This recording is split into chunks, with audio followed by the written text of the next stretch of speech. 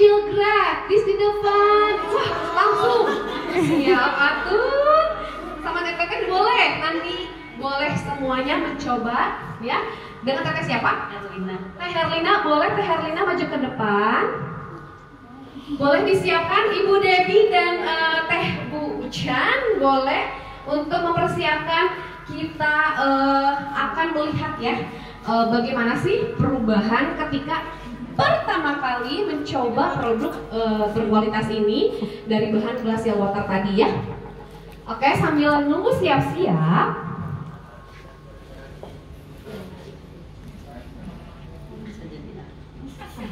Cantik. Saya pengen sekali berbagi informasi kepada teteh-teteh dan kakak-kakak cantik semuanya. Mau di tengah kah? Kurang ke tengah nggak? Jadi tadi kan saya cerita ya sekilas.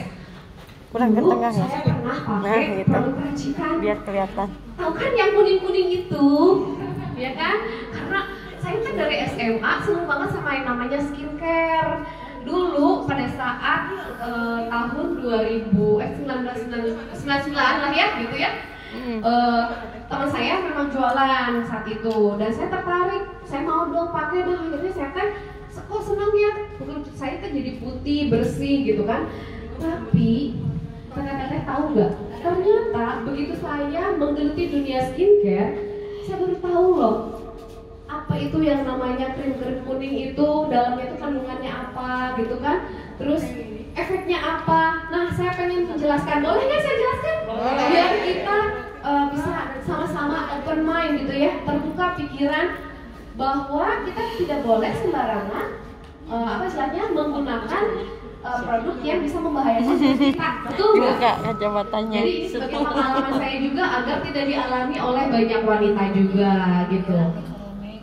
Nah, teteh-teteh apakah sudah tahu kosmetik yang teteh-teteh pakai itu sudah aman? Mungkin teteh-teteh ada yang, aduh saya mah udah nggak tahu gitu ya. Ya saya pakai aja gitu ya. Kadang kan misalnya pakai itu karena emang udah bersih ya udah gitu kan, cukup puas udah aja. Nah ternyata ada hal-hal yang perlu kita ketahui. Contohnya apa?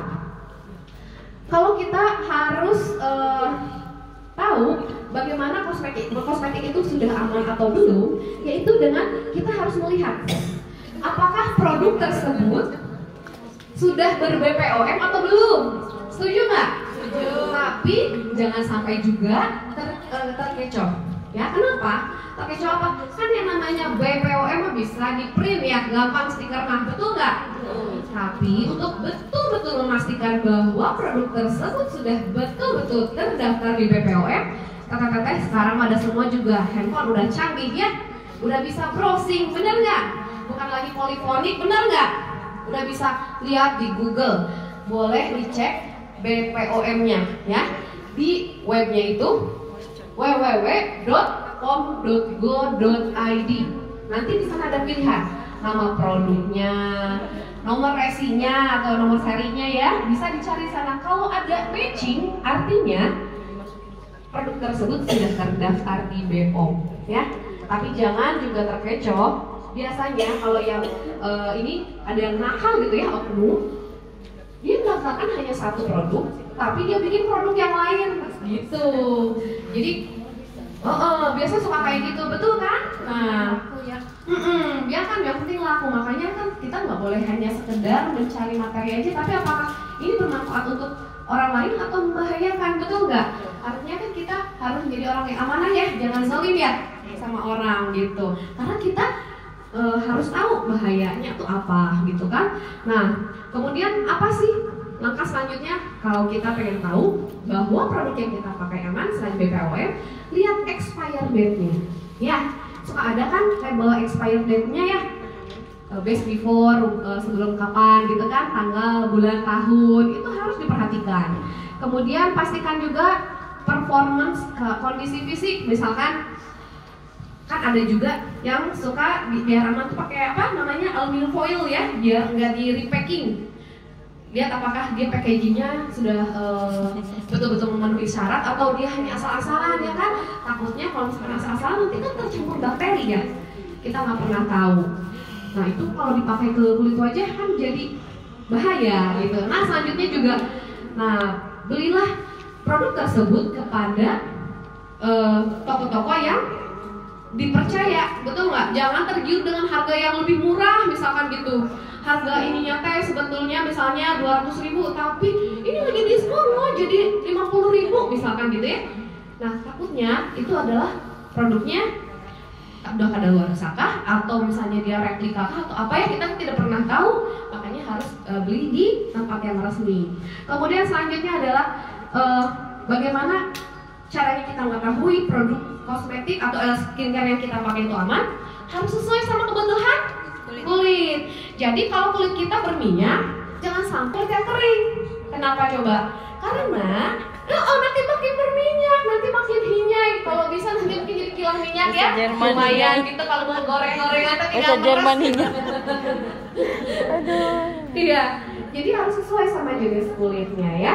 Biar kelembapan kulitnya itu tetap terjaga.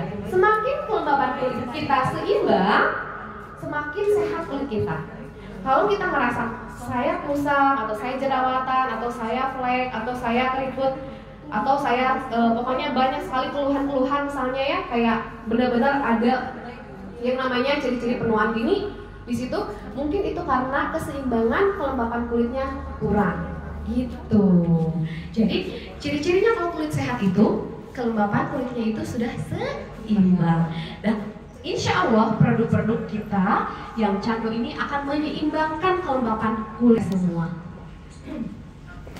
Nah ini alhamdulillah teteh, saya 13 tahun ya saya terselamatkan akhirnya setelah sadar insya bahwa krim-krim racikan tersebut dapat membahayakan diri saya.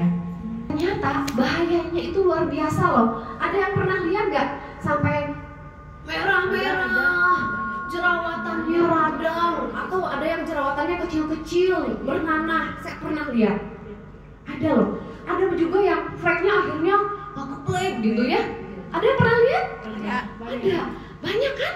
Nah itu gara-gara krim racikan yang memang tidak jelas BPOM-nya gitu. Dan bahkan mungkin itu kalau yang paling parah, amit-amit harus dibalik ya, kalau dipakai terus-menerus itu diserap sama kulit, darah kita ya, masuk ke kulit, terus kemudian masuk diserap oleh pori-pori, terus masuk ke darah, akhirnya dia ke organ tubuh, ke sini ke jantung, ke ginjal segala macam, amit-amit. Itu kalau paling parah-parah itu adalah kanker.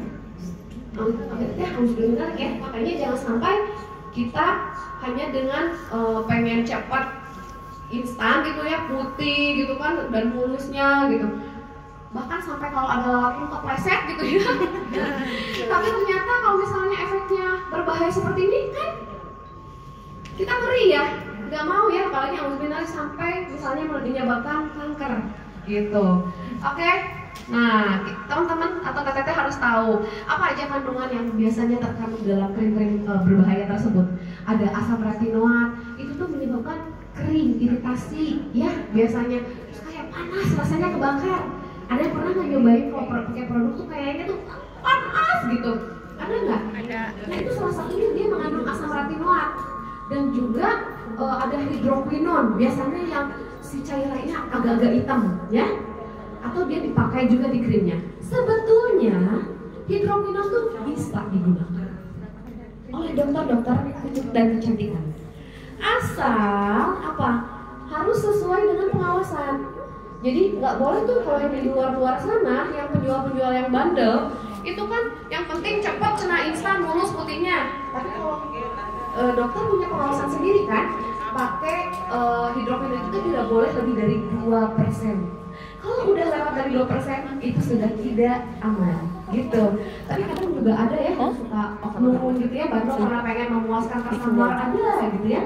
Makanya harus hati-hati, tidak boleh lebih dari penggunaannya dari 2%. Itu penyebabnya bisa menyebabkan apa? Iritasi, kemudian kulit menjadi merah, ya, ada bercak hitam. Itu biasanya dari biasanya hitam, ya.